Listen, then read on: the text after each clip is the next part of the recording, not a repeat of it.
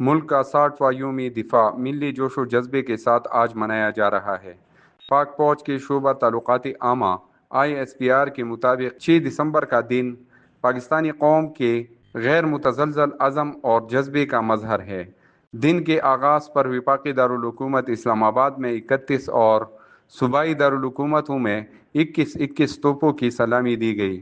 فوجی جوانوں کی جانب سے پاکستان زندہ باد اور نعرہ تکبیر بلند کیا گیا۔ مساجد میں ملک کی سلامتی، امن اور سیلاب متاثرین کے لیے خصوصی دعائیں کی گئیں۔